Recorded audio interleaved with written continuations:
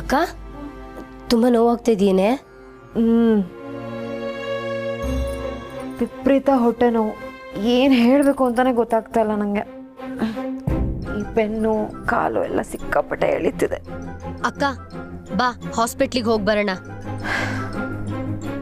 ಆಸ್ಪತ್ರೆಗೆ ಹೋದ್ರೆ ಅವ್ರು ಏನು ಹೇಳ್ತಾರೆ? ಹೆಣ್ಮಕ್ಳಾದವರು ಈ ನೋವನ್ನ ತಡ್ಕೋಬೇಕು ಅಂತ ಹೇಳ್ತಾರೆ. ಹಂಗೂ ನೋವು ತಡೆಯೋಕ್ಕೆ ಆಗ್ತಾ ಇಲ್ಲ ಅಂದರೆ ಪೇನ್ ಕಿಲ್ಲರ್ ಟ್ಯಾಬ್ಲೆಟ್ಸ್ನ ಕೊಟ್ಟು ಕಳಿಸ್ತಾರೆ. ಅದನ್ನೀಗ ತಗೊಂಡ್ರೆ ಮುಂದೆ ನಮಗೆ ತಾನೇ ತೊಂದರೆ. ಮತ್ತಿಷ್ಟು ನೋವನ್ನೆಲ್ಲ ಹೇಗೆ ಸಹಿಸ್ಕೊಂಡಿರ್ತೀಯಾ? ದೇವ್ರಿದಾನೆ ಬಿಡೆ. ದೇವ್ರಾ? ಆ ದೇವ್ರೆ ಇದನ್ನೆಲ್ಲ ಮಾಡಿರೋದಕ್ಕೆ ನೀನು ಈ ನೋವನ್ನೆಲ್ಲ ಅನುಭವಿಸ್ತಾ ಇರೋದು. ಅಲ್ಲ ಅಕ್ಕ, ದಿನದ 24 ಗಂಟೆನೂ ದೇವ್ರು ದೇವ್ರು ಅಂತ ಪೂಜೆ ಮಾಡ್ತಿರೋಳು ನೀನು. ಆದ್ರೆ ಆ ದೇವ್ರೇ ನಿನಗೆ ಈ ಪರಿಸ್ಥಿತಿ ಕೊಟ್ಟು ತಿಂಗಳಲ್ಲಿ 3 ದಿನ ಆ ದೇವ್ರಿಂದ ದೂರ ಇರಂಗ್ ಮಾಡಿದಾನಲ್ಲ, ಅದ್ಯಾಕೆ? ಅದನ್ನೆಲ್ಲ ಪ್ರಶ್ನೆ ಮಾಡಬಾರ್ದೆ. ಏನೋ ಕಾರಣ ಇರುತ್ತೆ. ಅಕ್ಕ, ಯಾವ ಕಾರಣನೂ ಇರಲ್ಲ. ಈ ಗಂಡಸರು ಹೆಣ್ಮಕ್ಳನ್ನ ತುಳಿಬೇಕು ಅಂತಾನೆ ಇಷ್ಟೆಲ್ಲ ರೂಲ್ಸ್ ಮಾಡಿರೋದು. ಆದ್ರೆ ಪುರಾಣದಲ್ಲಿರೋದು ಹೆಣ್ಣು ಗಂಡಿನ ಎದೆ ಮೇಲೆ ಕಾಲಿಟ್ಟು ತುಳಿಯೋ ಕತೆ. ನಾವೇ ನಮ್ಮ ಸಂಸ್ಕಾರನ ಅರ್ಥ ಮಾಡ್ಕೊಳ್ದೆ ಇದ್ರೆ ಹೀಗೆ ಆಗೋದು. ಸುಮ್ಮನೆ ಗಂಡು ಮಕ್ಳನ್ನ ದೂರ್ತೀವಷ್ಟೆ. ಅಂದ್ರೆ ಏನು? ನನ್ನನ್ನ ಫೆಮಿನಿಸ್ಟ್ ಅಂತ ಜಡ್ಜ್ ಮಾಡ್ತಾ ಇದ್ಯಾ? ಅಕ್ಕ, ನಾನು ಇರೋದ್ನೇ ಹೇಳ್ತಾ ಇದ್ದೀನಿ. ಇದೆಲ್ಲ ಒಂಥರ ಶಾಪ.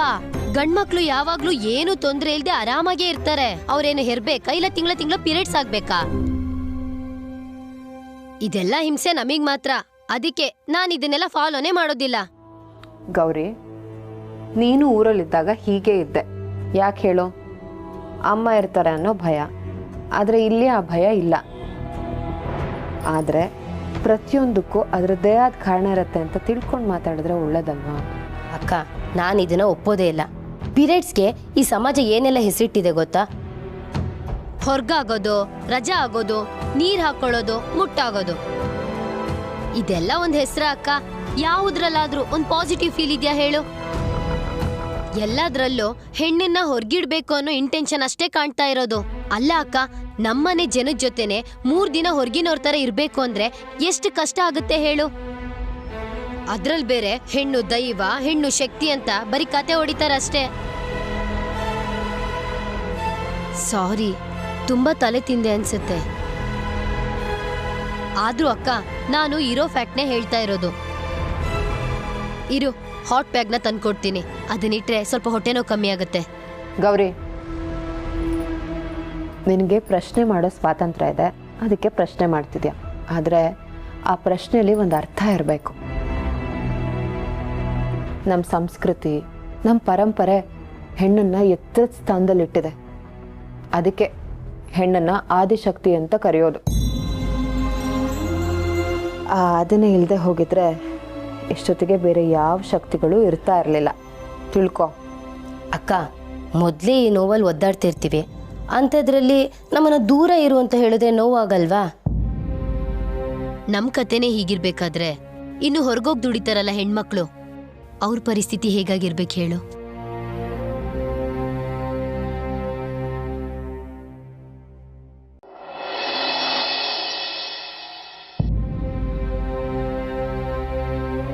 ಗಿರಿ ಗಿರಿ, ಬೆಚ್ಬಿಡ್ಬೇಡ.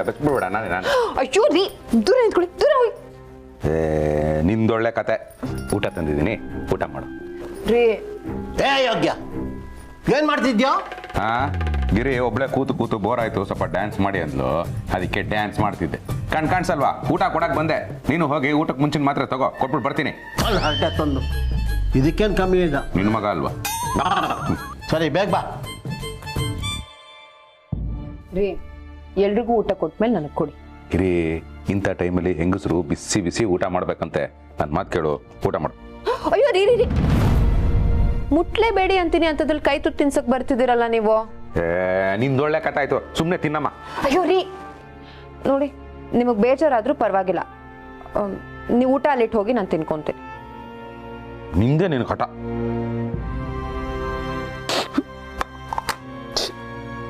ರೀ ರೀ, ಯಾಕ್ರಿ, ಏನಾಯ್ತು? ಯಾಕೆ ಅಳ್ತಿದ್ದೀರಾ? ಕೈ ತುತ್ ಬೇಡ ಅಂತ ಹೇಳಿದ ಅಷ್ಟೊಂದು ಬೇಜಾರಾಗೋಯ್ತಾ? ನಿನ್ ತಲೆ ಅಲ್ಲ ಗಿರಿ, ತಾಳಿ ಕಟ್ಟುವಾಗ ಎಂಥ ಕಷ್ಟ ಬಂದ್ರು, ಎಂಥ ಸುಖ ಬಂದ್ರು, ಎಂಥ ದುಃಖ ಬಂದ್ರು ಜೊತೆಯಲ್ಲಿರ್ತೀವಿ ಅಂತ ಹೇಳ್ಬಿಟ್ಟು ಕಟ್ಟಿರ್ತೀವಿ. ಆದ್ರೆ ಇಂಥ ಟೈಮಲ್ಲಿ ಹೆಂಡತಿ ಮಾತ್ರ ಕಷ್ಟ ಪಡ್ತಾಳೆ. ನಂಗೆ ನೋವಾಗಲ್ವಾ? ರೀ, ಇಷ್ಟಕ್ಕೆಲ್ಲ ಬೇಜಾರು ಮಾಡ್ಕೋತಾರೇನ್ರಿ? ಇನ್ನೊಂದು 2 ದಿನ ಆಗೋಗುತ್ತೆ. ಸರಿ ಆಯ್ತು, ಬೇಗ ಬೇಗ ಊಟ ಮಾಡು. ರೀ, ಮಕ್ಳದ್ದು ಊಟ? ನೀನು ಅದ್ರ ಬಗ್ಗೆ ಎಲ್ಲ ಏನು ತಲೆ ಕೆಡಿಸ್ಕೋಬೇಡ. ಅವ್ರು ಓದ್ತಾ ಇದ್ದಾರೆ, ಓದ್ ಮುಗಿದ ತಕ್ಷಣ ನಾನೇ ಹಾಕ್ಕೊಡ್ತೀನಿ. ಓಕೆ? ಸರಿ ಆಯ್ತು. ಅಯ್ಯೋ ಮರ್ತಿದ್ದೆ.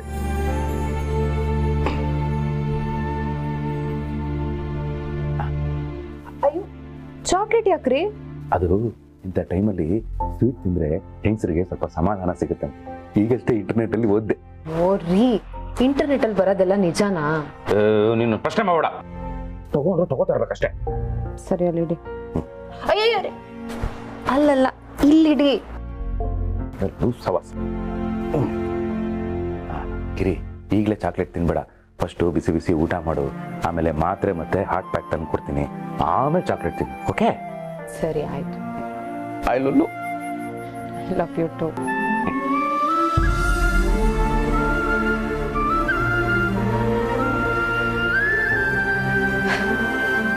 ಜೀವನದುದ್ದಕ್ಕೂ ಹೆಂಡತಿ ಜೊತೆ ಇದ್ದ ಮಾತ್ರಕ್ಕೆ ಅವನ ಗಂಡ ಅಂತ ಅನ್ಸ್ಕೊಳ್ಳಲ್ಲ. ಈ 3 ದಿನನೂ ಅವಳನ್ನ ಅರ್ಥ ಮಾಡ್ಕೊಂಡು ಅವಳ ಜೊತೆ ನಿಂತ್ಕೋತಾನಲ್ಲ, ಅವನು ನಿಜವಾದ ಗಂಡ. ಗಂಡನ ವಿಷಯದಲ್ಲಿ ಆ ಭಗವಂತ ನನಗೆ ಮೋಸ ಮಾಡಲಿಲ್ಲ, ವರ ಕೊಟ್ಬಿಟ್ಟಿದ್ದಾನೆ.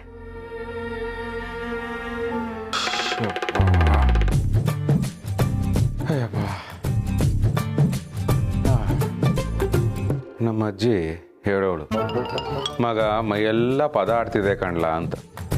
ಆವಾಗ ನಾನು ಅನ್ಕೊಳ್ತಾ ಇದ್ದೆ, ಅವಕ್ಕೆ ನಾ ಬಾಡಿ ಸಿಂಗೆ ಸಾಂಗಂತ.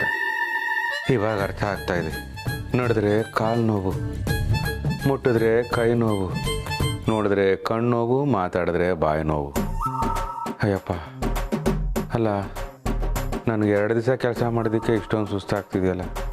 ಪಾಪ ಎಷ್ಟೋ ಮನೇಲಿ ಹೆಣ್ಮಕ್ಳು ಈ ಋತುಚಕ್ರದ ಟೈಮ್ನಲ್ಲೂ ಕೆಲಸ ಮಾಡಬೇಕಾಗಿರೋ ಅನಿವಾರ್ಯತೆ ಇರುತ್ತೆ. ಪಾಪ ಅವ್ರಿಗೆ ಆ ನೋವು ಜೊತೆ ಈ ಕಷ್ಟ ಕೂಡ. ಛೇ, ಅಲ್ಲ ಭಗವಂತ, ಹೆಣ್ಣಿಗೆ ಯಾಕೆ ಇಷ್ಟೊಂದು ಕಷ್ಟ ಕೊಡ್ತೀಯ ನೀನು? ಶಿವಪ್ರಸಾದ್, ಭಗವಂತ, ನಾನು ಕಷ್ಟ ಕೊಡೋನಲ್ಲ, ಕಷ್ಟ ಕಾರ್ಪಣ್ಯಗಳನ್ನ ಕಡಿಮೆ ಮಾಡೋದು. ಭಗವಂತ, ನನಗೆ ಒಂದು ಡೌಟು. ಸಂಕೋಚ ಪಡ್ಕೋಬೇಡ, ಕೇಳು.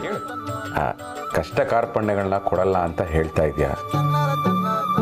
ಆದರೂ ಪಾಪ ಹೆಣ್ಮಕ್ಳಿಗೆ ಪ್ರತಿ ತಿಂಗಳು ಈ ನೋವು. ಇದು ಯಾವ ಲೆಕ್ಕಾಚಾರ?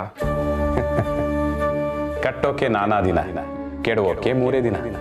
ಈ ಮಾತನ್ನ ಕೇಳಿಲ್ಲ ಶಿವಪ್ರಸಾದ್? ಅಂದ್ರೆ ನಾನು ನಿನಗೆ ಸದಾ ಹೇಳೋ ಮಾತೇ ಇದು ಶಿವಪ್ರಸಾದ್. ನನ್ನ ಸೃಷ್ಟಿಯಲ್ಲಿ ತಕ್ಷಣ ಆಗೋದು ವಿನಾಶ ಮಾತ್ರ. ಆದರೆ ಸೃಷ್ಟಿಗೆ ಸಮಯ ಬೇಕು. ಸೃಷ್ಟಿಯ ಮೂಲವೇ ಹೆಣ್ಣು. ಆ ಸೃಷ್ಟಿಗೆ ಬೇಕಾಗೋ ತಯಾರಿನೇ ಇದು.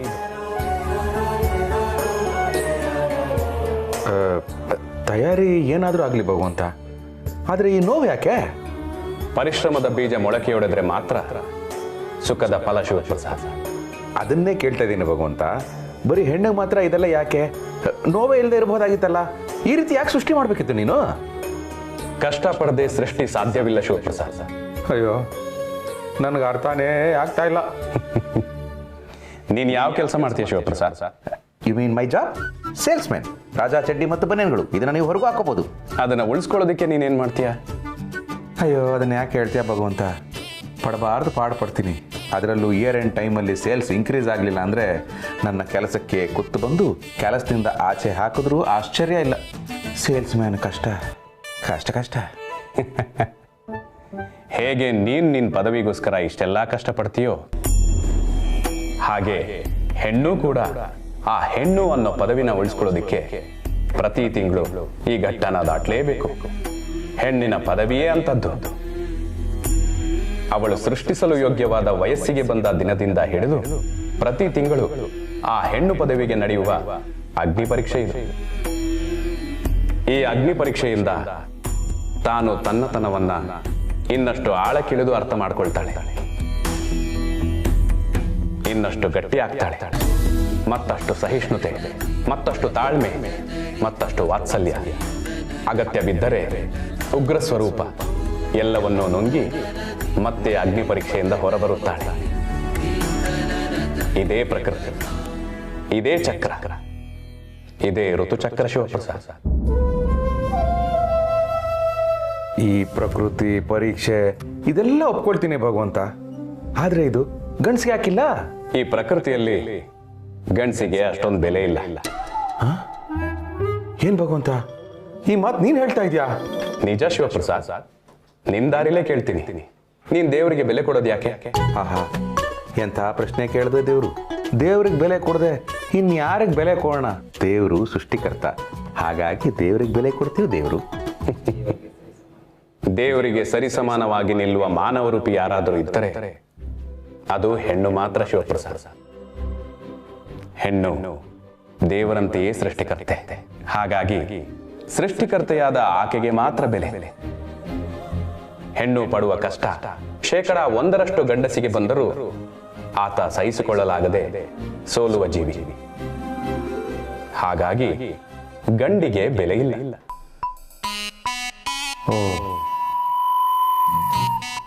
Matter is this. ಒಟ್ಟಿನಲ್ಲಿ ಗಂಡಸಿಗೆ ಬೆಲೆ ಇಲ್ಲ ಅಂತ ನೀನೇ ಸರ್ಟಿಫಿಕೇಟ್ ಕೊಟ್ಬಿಟ್ಟಲ್ಲ ಭಗವಂತ. ಡೀಪಲ್ಲಿ ನೋವಾಗ್ತಿದೆ. ಗಂಡಿಗೂ ಋತುಚಕ್ರದ ನೋವಿದೆ ಶಿವಪ್ರಸಾದ್. ಅಯ್ಯೋ ಭಗವಂತ, ಅವ್ರು ಹಾಗೆ 1% ನೋವು ಕೂಡ ನಮ್ಮ ಕೈ ತಡ್ಕೊಳಕ್ಕಾಗಲ್ಲ ಅಂತ ನೀನೇ ಹೇಳ್ತಾ ಇದೆಯಾ. ಈಗ ನಮಗೂ ಋತುಚಕ್ರ ಇದೆ ಅಂತ ಹೇಳ್ತಾ ಇದೆಯಾ. What is this confusing? ಗಿರಿಜಾಗೆ ನೋವಾದ್ರೆ ನಿನಗೆ ನೋವಾಗಲ್ವ ಶಿವಪ್ರಸಾದ್? ಅಯ್ಯೋ ಭಗವಂತ, ಅವಳು ನೋವು ನೋಡ್ತಾ ಇದ್ರೆ ನನಗೆ ಅಳುನೇ ಬಂದ್ಬಿಡುತ್ತೆ. ಅದನ್ನೇ ನಾನು ಹೇಳಿದ್ದು ಶಿವಪ್ರಸಾದ್. ಹೆಣ್ಣಿನ ಮನಸ್ಸನ್ನು ಅರಿತ ಗಂಡಿಗೆ ಮಾತ್ರ ಹೆಣ್ಣಿನ ಋತುಚಕ್ರದ ನೋವನ್ನು ಅನುಭವಿಸೋದಿಕ್ ಸಾಧ್ಯ. ನಿನ್ ಹಾಗೆ. ಹಾಗಾಗಿ ನಿನಗೂ ಇಲ್ಲಿ ಬೆಲೆ ಇದೆ. ಏನೋ ಭಗವಂತ, ಹಂಗೂ ಹೇಳ್ತೀಯ ಹಿಂಗೂ ಹೇಳ್ತೀಯ. ಒಟ್ಟಿನಲ್ಲಿ ನಮಗೂ ಬೆಲೆ ಇದೆ ಅಂತ ಹೇಳಿದೆಯಲ್ಲ, ಒಂದು ಸ್ವಲ್ಪ ಸಮಾಧಾನ ಆಯಿತು. ನನಗೆ ನಿದ್ದೆ ಬರ್ತಾ ಇದೆ. ಬೆಳಗ್ಗೆ ಆಫೀಸ್ಗೆ ಬೇಗ ಹೋಗ್ಬೇಕು. ಲೇಟ್ ಆದರೆ ಆ ಡೀಲಿಂಗು ಲೇಟೆಸ್ಟ್ ಆಗಿರೋ ಪದಗಳನ್ನ ಹುಡುಕಿ ಬೈತಾನೆ. ಹೇಗಿದ್ರು ನಾನು ಒಬ್ಬನೇ ಮಲ್ಕೋತೀನಿ, ಯಾಕೆಂದರೆ ಗಿರಿ ಹೊರಗಡೆ ಮಲಗಿದ್ದಾಳೆ. ನೀನು ನನ್ನ ಜೊತೆ ಮಲ್ಕೋಬೋದಲ್ಲ? ಹೌ ಇಸ್ ದ ಐಡಿಯಾ ಭಗವಂತ? ಹಾ, ಫ್ರೆಂಡ್ ಜೊತೆ ಮಲ್ಕೋ ಅಂತ ಹೇಳಿದ ತಕ್ಷಣ ಎಸ್ಕೇಪ್ ಆಗ್ಬಿಟ್ಟ. ನಾನೇನು ಗೊರಕೆ ಹೊಡಿತಾ ಇರಲಿಲ್ಲ ಭಗವಂತ. I am A good sleeper. Anyways, ಹೆಣ್ಮಕ್ಳಿಗೆ ಆದಷ್ಟು ಕಷ್ಟನ ಕಮ್ಮಿ ಕೊಡು, ಅಷ್ಟೇ ನಾನು ನಿನ್ನನ್ನು ಕೇಳ್ಕೊಳ್ಳೋದು. ಗುಡ್ ನೈಟ್ ಭಗವಂತ. Ayyappa.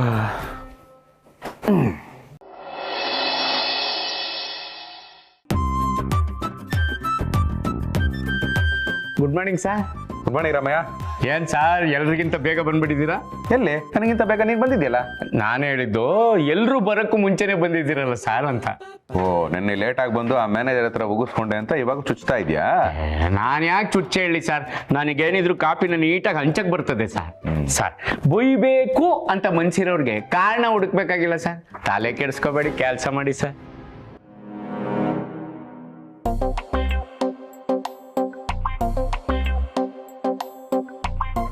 Good morning. Good morning. Good morning sir.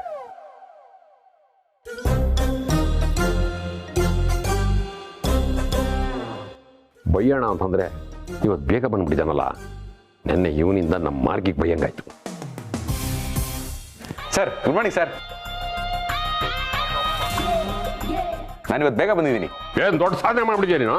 ಬೇಗ ಬರೋದು ಮುಖ್ಯ ಅಲ್ಲ, ಬೇಗ ಕೆಲಸ ಮಾಡಿ ಮುಗಿಸ್ಬೇಕು. ಕೆಲಸ ಮಾಡಿ ಸರ್, ಮಾರ್ಗಿ ಮೇಡಮ್ ಇನ್ನೂ ಬಂದಿಲ್ಲ ಸರ್. ಅಯ್ಯೋ, ಕೇಳಬ ಪ್ರಶ್ನೆ ಕೇಳ್ಬಿಟ್ಟಲ್ಲಪ್ಪ. ಏಯ್, ಮಾರ್ಗಿ ಬರೋದು ಬರ್ತಾಳೆ, ಮೊದಲು ನೀನು ಬಂದಿದ್ಯಾ ಅದನ್ನ ನೋಡು. ಬರೀ ಬೇರೆಯವ್ರ ಬಗ್ಗೆ ಮಾತಾಡಿದೆ. ನೀನು ಬೈಕಲ್ಲಿ ಬರ್ತೀಯ, ಅವಳು ಬಸ್ಸಲ್ಲಿ ಬರ್ತಾಳೆ, ಲೇಟ್ ಆಗುತ್ತೆ. ರೀ ಡೀಲಿಂಗ್ ರಾಜ್, ಲೇಟಾಗಿ ಬಂದು ನಡೀತದ ಅಂದ್ರೆ ಏನ್ರ ಅರ್ಥ? ಆಫೀಸ್ ಅಂದಮೇಲೆ ಗಂಡು ಹೆಣ್ಣು ಎಲ್ಲ ಒಂದ. ಆಫೀಸ್ ಟೈಮಿಗೆ ಕರೆಕ್ಟಾಗಿ ಬರ್ಬೇಕು. ಎಲ್ರಿ ಮಾರ್ಗಿ ಬಂದ್ರು ನೋಡಿ ಸರ್. ಏನಮ್ಮ ಮಾರ್ಗಿ, ನಿನ್ನೆರ ಹೇಳೇ ನಿನಗೆ ಆಫೀಸ್ ಟೈಮಿಗೆ ಕರೆಕ್ಟಾಗಿ ಬಂದ್ಬಿಡ್ಬೇಕಂತೇಳಿ. ದಿವಸ ಹಿಂಗ ನಿಮ್ಮ ಕತಿ? Sorry sir, actually every I don't want any explanations.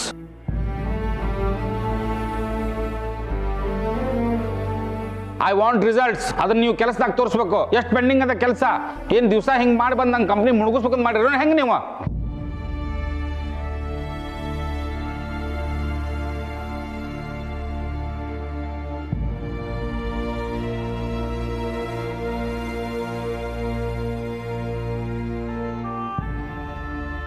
Sir ಅವ್ರು ಅಳ್ತಾ ಇದ್ದಾರೆ, ಹೋಗ್ಲಿ ಬಿಡಿ ಸರ್. ಅವರು ಒಳ್ಳೆ ಕೆಲಸಗಾರ್ತಿ. I will take care, you don't worry sir. ಇವರೊಬ್ರು ನಂದೆಲ್ಲ ಇಡ್ಲಿ ನಂದಗೋಪಾಲ ಅಂತ ಮಧ್ಯದಲ್ಲಿ. ಮಾರ್ಗಿ, ಇನ್ನೊಂದು ಸರಿ ಸಾರಿ ಕೇಳ್ಬಿಡಿ, ಸುಮ್ಮನೆ ಆಗ್ತಾರೆ ಅವರು. Sorry sir. ಈ ಸಾರಿ ಅಲ್ಲ, ನಿನ್ನ ಹತ್ರ ಇಟ್ಕೋ. ಅರ್ಜೆಂಟ್ ಮೀಟಿಂಗ್ ಅದ, ಅಷ್ಟ್ರು ಕಾನ್ಫರೆನ್ಸ್ ರೂಮಿಗೆ ಬರ್ರಿ. ಫ್ರೀ ಡೀಲಿಂಗ. ಸರ್ ರಾಜ ಬಿಟ್ರಿ. ಈ ರಾಜ ಬಿಟ್ಟಿದ್ದಕ್ಕ ಸೇಲ್ಸ್ ಕಮ್ಮಿ ಆಗಿದ್ದು, ಅದಕ್ಕೆ ಮೀಟಿಂಗ್ ಅದ. ನಡ್ರಿ. ಬರ್ರಿ.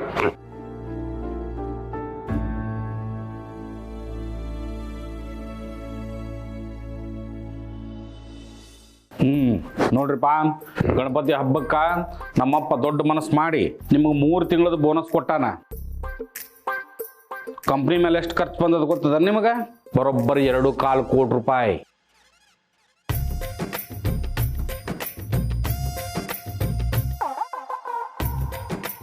ಹುಡುಕ್ತಾರೆ ಬಾಬು. ಬಾಬು ಆ ಬಾಬೆ ಇವ್ರು ಕೊಟ್ಟಿರೋ ಬೋನಸ್ನ ವಾಪಸ್ ಕೇಳಕ್ಕ ಈ ಮೀಟಿಂಗು. ನನ್ನ ಹೆಂಡತಿ ಒಡವೆಗಳನ್ನ ಮೆಲ್ಟಿಂಗ್ ಮಾಡಿಸೋರು ಅಷ್ಟು ನಂಗೆ ಕೊಡೋಕ್ಕಾಗಲ್ಲಪ್ಪ. ಏಯ್ ಮಿಸ್ಟರ್ ಬಾಬು ಅಂಡ್ ಶಿವಪ್ರಸಾದ್.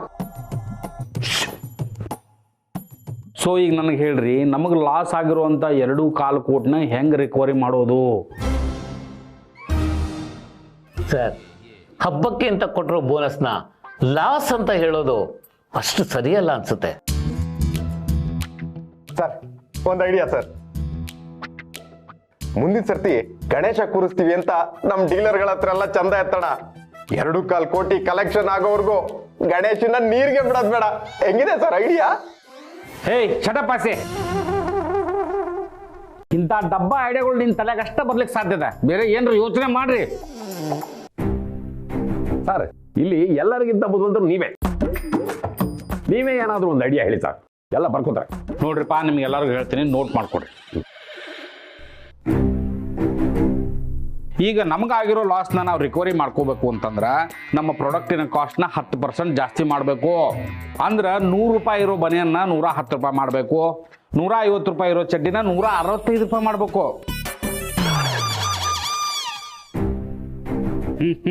ಒಂದು ಕೆಲಸ ಮಾಡ್ರಿ, ಬಿಗ್ ಡಿಸ್ಕೌಂಟ್ ಆಫರ್ ಅಂತ ಹೇಳಿ ತೆಗಿರಿ. 150 ರೂಪಾಯಿ ಇರೋ ಚಡ್ಡಿನ 185 ಅಂತ ಹೇಳಿ 165ಕ್ಕೆ ಸೇಲ್ ಮಾಡ್ರಿ. 20% ಡಿಸ್ಕೌಂಟ್ ಅಂದ್ಕೂಳೆ ನಮ್ಮ ಮಿಡಲ್ ಕ್ಲಾಸ್ ಜನ ಓಡೋಡಿ ಬರ್ತಾರೆ. Sir correct sir. ಸೇಲ್ ಮಸ್ತ್ ಆಗ್ತದೆ, ನಮ್ಮ ಲಾಭ ಜಾಸ್ತಿ ಆಗ್ತದೆ.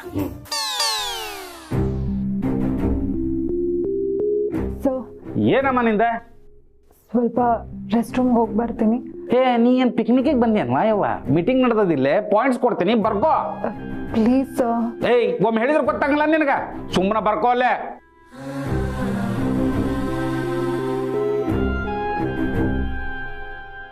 ಮಾರ್ಗಿ, ಬೇಜಾರು ಮಾಡ್ಕೋಬೇಡಮ್ಮ. ಇನ್ನೊಂದು 5 ನಿಮಿಷ ಅಷ್ಟೇ, ಮೀಟಿಂಗ್ ಮುಗಿದೋಗುತ್ತೆ. ಇಷ್ಟೆಲ್ಲ ಮಾಡಿದ ಮೇಲೆ ನಮ್ಮ ಪ್ರಾಫಿಟ್ನ ರಿಕವರಿ ಮಾಡ್ಕೊಳ್ಳಿಕ್ಕೆ ನಮ್ಮ ಹತ್ರ ಬರೀ 3 ತಿಂಗಳ ಟೈಮ್ ಅದ. ಅಷ್ಟ್ರಾಗ ಏನಾರ ಮಾಡಬೇಕು. ನಾ ಹೇಳ್ತೇನೆ, ಡೆಡ್ ಲೈನ್ ಬರ್ಕೊಡ್ರಿ. ಇದಕ್ಕ ಡಿಸೆಂಬರ್ 30 ಬರ್ಕೊಡ್ರಿ.